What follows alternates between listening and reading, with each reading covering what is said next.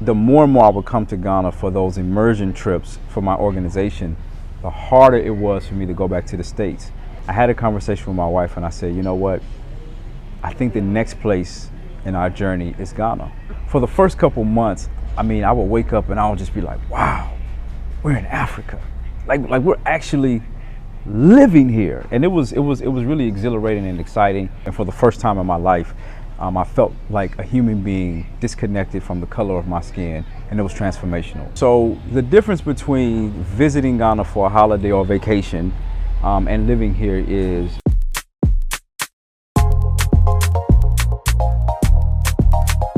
so my name is Tim Swain. I've been coming back and forth to Ghana for about 15 years, living here more permanently for about 3. I helped co-found an organization called Inidaso 360 that creates global leaders through cultural immersion right here in Ghana. And I also help consult folks who want to come back to the country and live the life of their dreams. I got introduced to Ghana almost 16, 17 years ago through an organization that did mission trips, actually. And they said, we're going to Africa next year. That's the only thing I heard. I didn't know where Ghana was, and it just so happened they were coming to Ghana for 7 weeks during a mission trip over the summer. And I said, I have to go. It was a part of like my lifelong dream to, go back home to the motherland and reconnect with my roots. And so I did. And in that 7 weeks, that was 2007. And in that 7 weeks that I was here, my life was transformed. My ideas about myself, about African history, about my standards of beauty, about our historical memory and intellect, all of that was transformed. And for the first time in my life, I felt like a human being disconnected from the color of my skin, and it was transformational. Mm-hmm. And so since then, Ghana has had a place in my heart. Yeah, so it took some time, for me. I was visiting for maybe about 10 years at this point. I had a nonprofit organization that was operating here, mobilizing people to the continent, as well as doing civic engagement work in rural communities in Ghana. So I already had kind of like some in-depth experience. But really what happened was there was just this increasing racial tension in the United States that had me thinking about myself and then my son, of what kind of life I wanted to have for him and legacy I wanted to have for him. And I just didn't want to raise him in a society where he's being constantly bombarded with the ugliness of racism every single day. And the more and more I would come to Ghana for those immersion trips for my organization, the harder it was for me to go back to the States, because I was experiencing what freedom felt like, just to be free. And then going back to a place where I'm now confined to the color of my skin, regardless of whether or not there's opportunities to prevail and succeed, it was still that constant subconscious understanding that I'm different. And around 2000 and, was it 16 or 17? I don't remember, but I had a conversation with my wife and I said, you know what? I think the next place in our journey is Ghana. Mm-hmm. So we started planning. It took several years of planning. It wasn't just a fly-by-night decision. If you're listening, okay, this was years of planning, and then we made that decision. December 4th, 2019, we arrived in Ghana.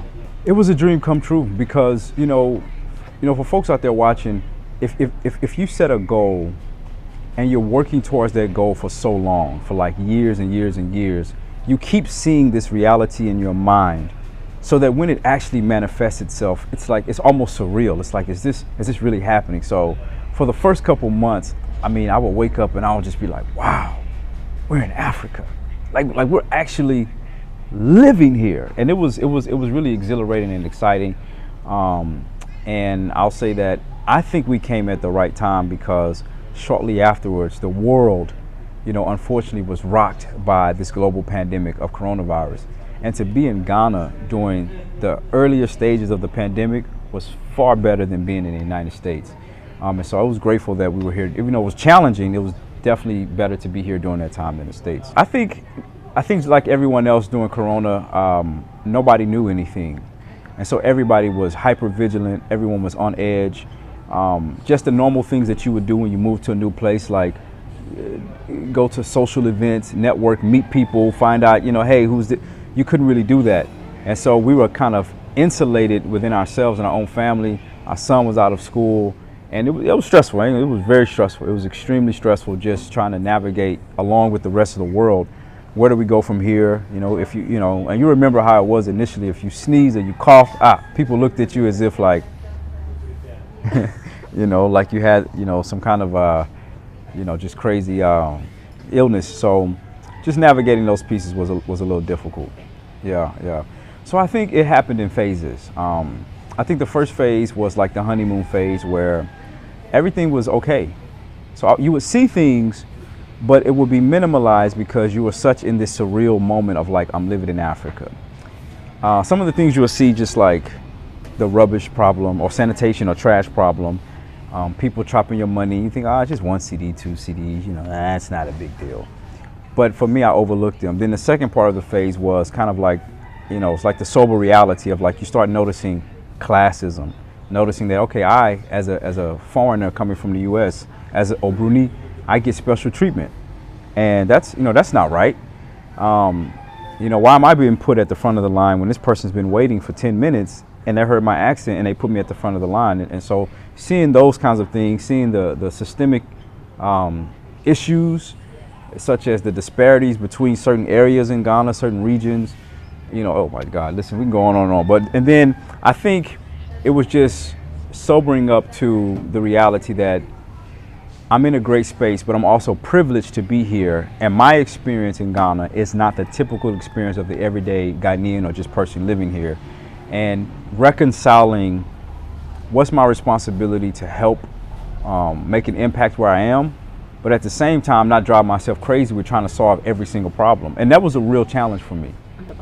Yeah. So the difference between visiting Ghana for a holiday or vacation and living here is, the main thing I always ask people is this. Like I say, imagine if you're visiting a place like the East Coast, right, or the West Coast in the United States, New York or California, and you're going to, I think it's Disney World or Disneyland that's out there. You may saved up $10,000 or $5,000 for a vacation. You're spending $5,000 in a week. Imagine if you were spending $20,000 a month to live. How much income would that have to be just to sustain a lifestyle? It's too much. So the difference with living in Ghana versus visiting is, number one, if you're living in Ghana and you want a lifestyle that is just basic, and let me explain basic to you. Just the minimal amount of blackouts, running water as much as possible, paved roads, you don't have to deal with sewer problems, like seeing open sewers and stuff like that in your neighborhood. You don't have to deal with like burning trash and goats and chickens and cows taking a dump in front of your yard. Like those basic things. That means that more than likely you're going to have to live in probably a gated community or a more developed community. Those communities, if you're living in Accra now, typically you're talking about, depending on your family size, maybe $1,000, $2,000, $3,000 and up a month for rent, dollars, not CDs. And on top of that, you pay 12 months or 24 months in advance. So imagine right now, if you are a single person and you moved into a really nice neighborhood and you have to pay $36,000 up front for rent for a year. That doesn't include your utilities, it doesn't include transportation or food. So the cost of living, particularly in Accra, is relatively expensive. So that's one of the main things. The second thing is, I think that depending on what you're doing here, if you're like running a business or something, that may pose its other challenges, because I always tell people that really to be really successful in Ghana, you almost like the system is here, you have to be here. Like you can't depend on the electricity, the water, even the transportation. You have to literally create your own ecosystem to be successful, which means that it costs more money to have backup energy, your own borehole, you know, which is, for folks who don't know what a borehole is, it's basically like your own kind of water source. All of that stuff costs a lot of money. So yeah, living here can be expensive depending on your lifestyle and just dealing with some of the structural issues. Mm-hmm. Yeah, I've talked to a lot of people like that, unfortunately. And I think the biggest misconception is particularly people who are coming from more developed nations. And that doesn't mean America, right? Development in America, not synonymous terms, but no matter where you're coming from in the world, when you come to Ghana, the system is just different. And I think that people fail to calculate how much planning it takes to really live here long term, more than 3 years. And I think the things that they don't calculate is the cost of creating that lifestyle that you want, like I just mentioned. If you have kids, right, the cost of putting your kids in a decent school where they get a great education that's not just a chew and pour, or if you don't know what that means, it's basically like you're just regurgitating information. If you really want your kids to develop some critical thinking, some analytical skills, to engage in problem solving and really be responsible citizens, that means that that's a certain type of school you may have to put them in. Those schools are here, but oftentimes they're very expensive. So I've seen people leave quickest when they don't plan as thoroughly as they should. Yeah, so I had a conversation with someone that I met. They were excited to come to Ghana, and they wanted to start a hair care business. And they heard about the year of return. They heard about free land, you know, in certain places that, you know, the chief was giving away all this land and stuff. And so they didn't do enough due diligence. They moved here, and in less than a year they left. And some of the reasons they went back to America, some of the reasons they cited was, number one, they didn't fully understand the cost of living. Number two, when they were opening their business, they didn't anticipate the high cost of overhead. For example, you know, you may be from a place where to rent a place may be $100 a month. That's how much it is. But then they got here and realized, okay, I gotta rent the place. I gotta pay for installations to have water come to my place. I gotta pay for a transfer of like electricity meter. So all those different things they didn't calculate became overhead that they didn't anticipate. And then they didn't have income that was regularly coming in. They were living off of savings. So it was a lot of withdrawals and not any deposits going in. So that was one of the practical things. And I think, you know, one of the things the person told me one day was they didn't even want to go outside, because every time somebody heard the accent, like they just didn't know who to trust, because people hear the American accent and they were so hyper vigilant that someone wanted to take their money, and people were smiling at them. And so they just began to get, you know, hyper vigilant and what's the word I'm looking, paranoid.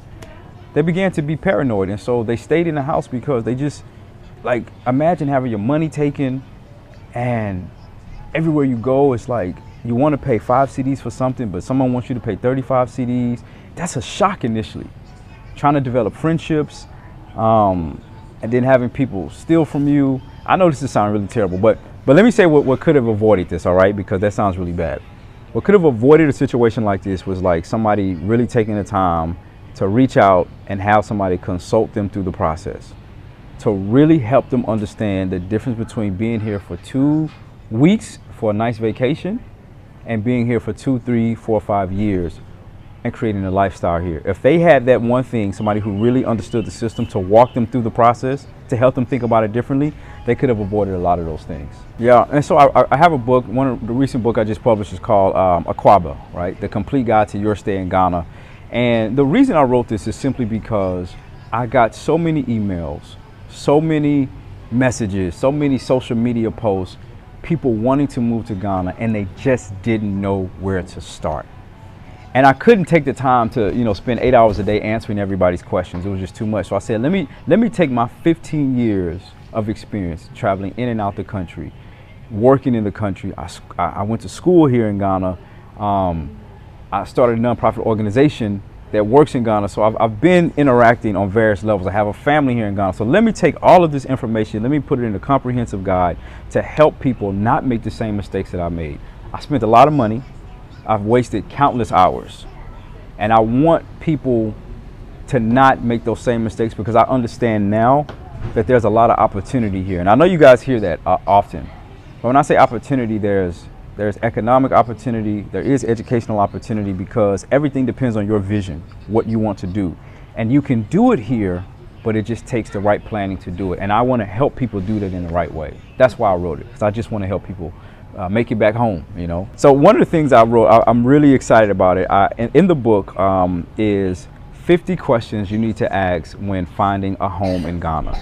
And it is the questions that I had to answer the hard way. Questions like, if you're renting a home, are the roads paved? What does it look like when it rains? Is the home near a church? Where does the water come from? Does it come from underground? Is it solely a poly tank? And these are questions to ask the landlord. What about the electricity? If there's a backup generator, does it run on solar? If it does run on backup, what does that backup have the power to run? Is it only the fans in the house, or is it also? So all of these questions, if you're not familiar with knowing how to ask these questions, you don't even know where to start. But I put all of them in, and all this is a part of the book. I put all these just in a very simple format because I want to help you settle in and not make the same mistakes that I made. One of the biggest mistakes I made was I moved from the States. I don't know where you guys are watching this from, but if you're moving from a place where you have quality electronics and quality furniture and you want to be in Ghana long term, one of the mistakes I made was I said, you know what, I'm going to Mother Africa. I can get stuff handmade. I can get anything I want. And you hear off camera the wonderful interviewer laughing. It's because we both understand that, hey, Charlie, is not the same. So the reality is Ghana imports, I forgot how many thousands of metric tons of e-waste every year, recycled clothing, and a lot of this stuff ends up flooding the marketplace. From the street sides to even some of your upscale stores, it's just recycled clothing and electronics. So one of the biggest mistakes I made was not buying quality stuff and bringing it to Ghana. A car, knives, foil, toothpicks, toothpaste, toothbrush, shoes, socks, underwear, anything that's quality, bringing it here to Ghana. I think some of the other mistakes that I made was not leaning into the system enough. Like, for example, in Ghana, by all means, you have to give people encouragement fees to get stuff done. That's just a part of the system. That's how it works. And at first I was so indignant, like, I shouldn't have to pay you to do your job and blah, blah, blah, blah, blah. Hey, but listen, after you beat your head running around trying to solve a 2-minute problem for 2 weeks or 2 months, Master, please, let me give you something small to take care of this for me. And it's done. So I think those are some of the things I learned, like not bringing quality stuff with me, not leaning into the system. I think the other thing is, to be honest, like I was struggling with my identity too when I got here. Like I was like, like I don't want to live a kind of life where I'm seeming like I'm, like bougie or anything. And real story, I'll tell you a real story real quick. So when we got here, like, I didn't have a washing machine. I was like, oh, we don't need a washing machine. We're in Africa. We're going to have somebody wash our clothes for us the real way. Hey, listen, let me tell you something. I know y'all thinking like you tripping. And my wife told me, she said, you tripping. And I was like, nah, we don't need that. Because we had house help. Somebody was helping us do that. But after a while, you like, Massa, oh, please. The house help is not around. I'm not washing. You know how long it takes to wash a bucket of clothes by hand? I don't have time. So that was my simple issue, right? So then I realized God created human beings with creativity to make things like washing machines for people like this is a God-given resource. Utilize it. It's simple, but I'm telling you, man, I struggle with these issues, man. So now, listen, if you come to Ghana, bring everything with you. Oh, let me give you a tip if you're moving to Ghana. Let me tell you something.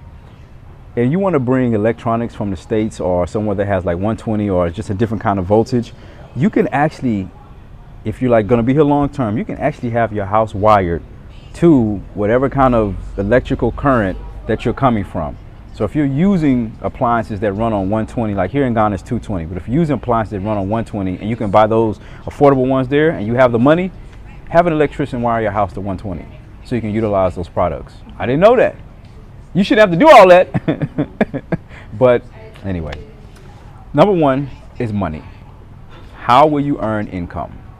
Not how much income do you have, but how will you earn income? That's number one. The second thing is, what do you want to do while you're here?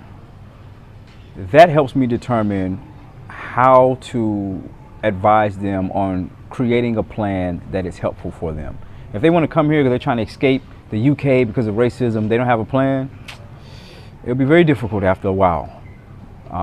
But if they actually have a plan of what they want to do, then we can help them create the relationships to do that. So how much money, how do you plan to earn income? What is your vision for while you're in the country? And I think the other one is just something very practical, which is like how long do you plan to be here? Because that determines your lifestyle. And whether or not you have a family, maybe of kids that are of school age. All those things factor in too. So if you want to be here long term, the more planning you can do on the front end, the better it'll be. But that number one thing is money. And it's because you don't have the type of financial system. Let me just give you a basic example. I used to work in higher education, which is like colleges and universities, all right? An entry-level job would be like $35,000 a year, $40,000, which is not a lot of money. Once you pay taxes, you're bringing home about $32,000. In Ghana, that's an entry-level job. In Ghana, do you know what you would have to do to have a job making $30,000 a year in Ghana? Like, how much? And if you're getting paid in like CDs, the CD equivalent, it's almost impossible, unless you're like some super director VP who has been in a company for like 25 years and you know a bunch of people. So practically speaking, an entry-level job, let's say for example in the States, because that's my context, you wouldn't be able to find that income. It would almost be impossible to find that income in Ghana. And if you're a person out there making, you know, 6 figures or something like that, you can make it, but it'll more than likely be with a foreign company. It wouldn't be like with a local company, because there'd be like 700,000 CDs. Ha! What job in Ghana pays 700,000 CDs a year? You won't find it. I would say if you had coming in every month, annually, after taxes, about $20,000 to $25,000. And this is based on a single person lifestyle, because I'm also thinking about planning, like saving, like having enough money to save in case an emergency happens. God forbid you, mom or dad or uncle gets sick, you have to fly back home to, you know, like those things cost money. So I'm thinking about saving and all that. So I'll say about $25,000 for a single person would be maybe 30,000. Yeah, because if you're living in a decent place in Accra, your rent may be easily $10,000 a year if you pay for a year. But if you pay for 2 years, that's $20,000 up front. If you're making $30,000 a year, you just have to pay $20,000 of your salary up front, and you only got $10,000 to live off of. So I would say about between $25,000 and $30,000 a year, you would live a very nice life in Ghana. And that would include things like a house help, which is like people to help you around the house. If you have a car, you can hire somebody to be a driver for you. You have a lot of lifestyle things that you can afford with that money and save and have a decent living. The highlight is the level of peace. Well, you know, Ghana has its challenges, but the peace in terms of like my safety, my family safety, like I don't wake up in the morning thinking about if I'm in the wrong neighborhood and what's this gonna cost me. I don't wake up thinking about if I get stopped by the police in Ghana, worst case scenario, master, please take these CDs and let me go. But I never think about if this interaction is gonna turn deadly. The other thing that's been the most peaceful and amazing things that I think about is, even though it's very hot in Ghana, I came from the Midwest part of the United States where it was ridiculously cold and I hated it. So I don't have to worry about snow in Ghana. But I think the best thing by far is now my eyes have been open to experience what freedom looks like. And because I feel what freedom looks like, nobody could ever take that from me.